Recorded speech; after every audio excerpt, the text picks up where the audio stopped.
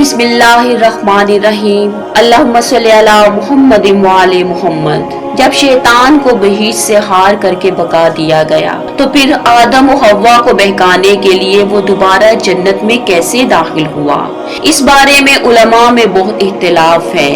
इस इख्तिलाफ की अहम तरीन वजह कुरानी मतलब को दुरुस्त तरह से ना समझना है। आइमा अहले बैत की रवायात इस बारे में बेहतरीन रहनुमाई करती हैं।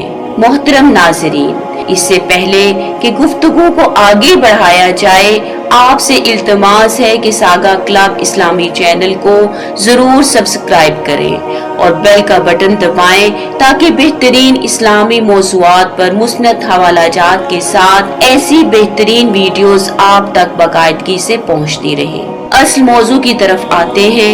रवायात अहले बैत में सराहत के साथ बयान किया गया है कि वो जन्नत जहां हजरत आदम और हव्वा कयाम पजीर थे वो उखरवी जन्नत नहीं थी, क्योंकि उखरवी जन्नत में शैतान की कोई गुंजाइश नहीं है और ना ही वो ऐसा इलाका है जहां शैतान और उसकी शैतानियत चल सके, ना ही वहां बातिल ख्याल और नाफरमानी का तस्वुर है। दूसरे ये कि जो एक मर्तबा जन्नत और उखरवी बहिश्त में दाखिल हो गया वो फिर कभी उससे बाहर नहीं निकलेगा।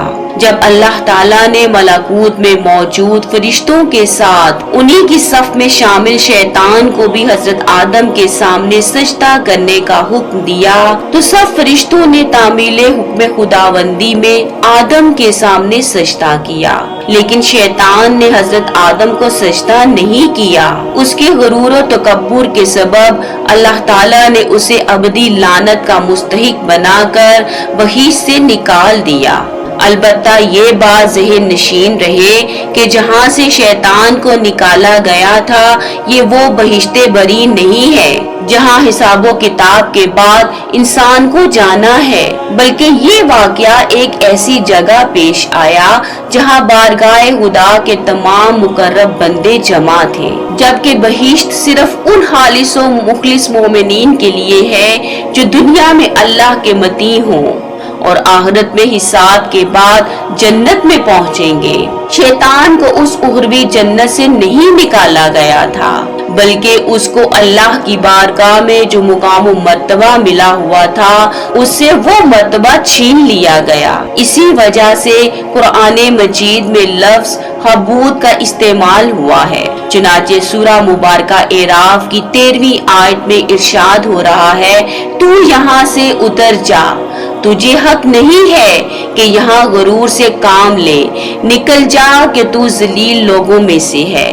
बहरहाल ये बात मुसल्लम है कि जब शैतान को अल्लाह की बारगाह से निकाल दिया गया तो फिर वो दोबारा वहाँ लौट कर ना जा सका और ना कयामत तक लौट कर जा सकता है। इस तमहीद के बाद जो सवाल पेश आता है कि फिर शैतान जनाब आदम और हव्वा को बहकाने के लिए वाकई उसी बहिश्त में गया और कैसे गया।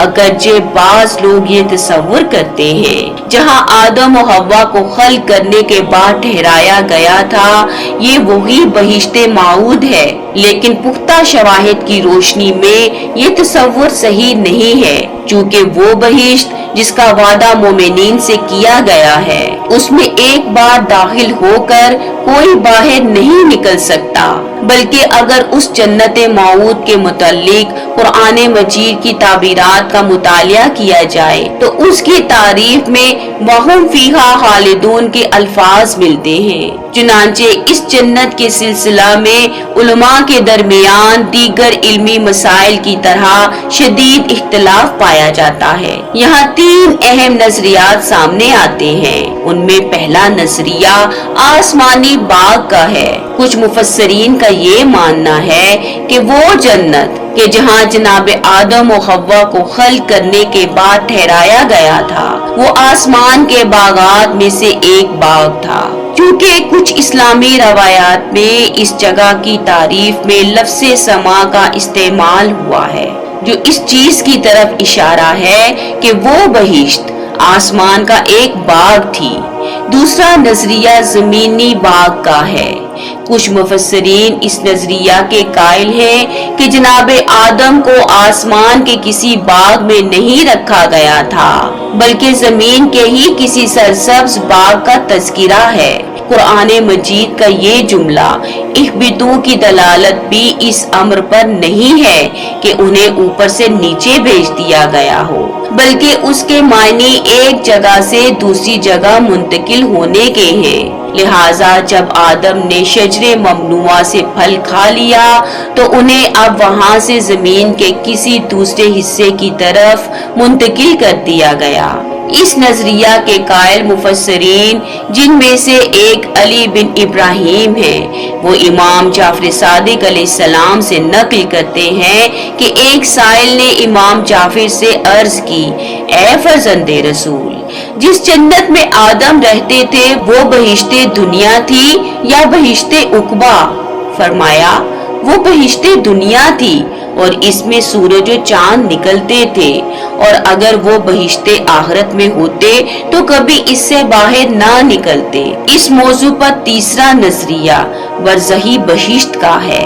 मुफस्सिरीन का एक गिरोह इस नजरिया का कायल है कि जिस बहिश्त में जनाब आदम व हव्वा को ठहराया गया था वो आसमानी बाग ना था, बल्कि वो एक बरज़ही जन्नत थी। चुनाचे इस सिलसिला में नकल किया गया है कि जिन रवायात में जनाब आदम के इसी दुनिया की बहिश्त में ठहरने का तज़किरा मिलता है, उससे मुराद ये है कि वो एक बरज़ही बहिश्त में थे।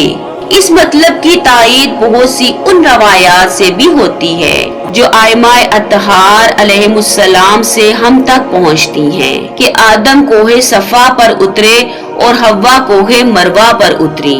चूँकि बरज़ख आखिरत से पहले इसी आलम में एक मंजिल का नाम है, बस इस बहिश्त का दुनिया में होना इसके बरज़ही होने से कोई मुनाफात नहीं रखता। मज़कूरा बाला नजरियात की रोशनी में बाआसानी ये नतीजा आहज़ किया जा सकता है कि वो जन्नत जहाँ हजरत आदम व हव्वा क़याम पज़ीर थे वो उखरवी जन्नत नहीं थी, चूँकि उखरवी जन्नत में शैतान की कोई गुंजाइश नहीं है और ना ही वो ऐसा इलाका है जहाँ शैतान और उसकी शैतानियत चल सके, और ना ही वहाँ बाती ख्यालात और नाफरमानी का तस्वुर है।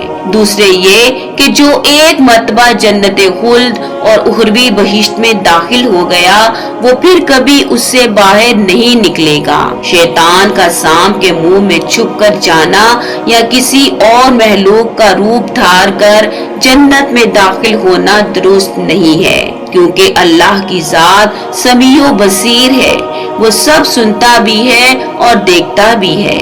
अल्लाहुम्मा सल्ली अला मुहम्मद व आले मुहम्मद।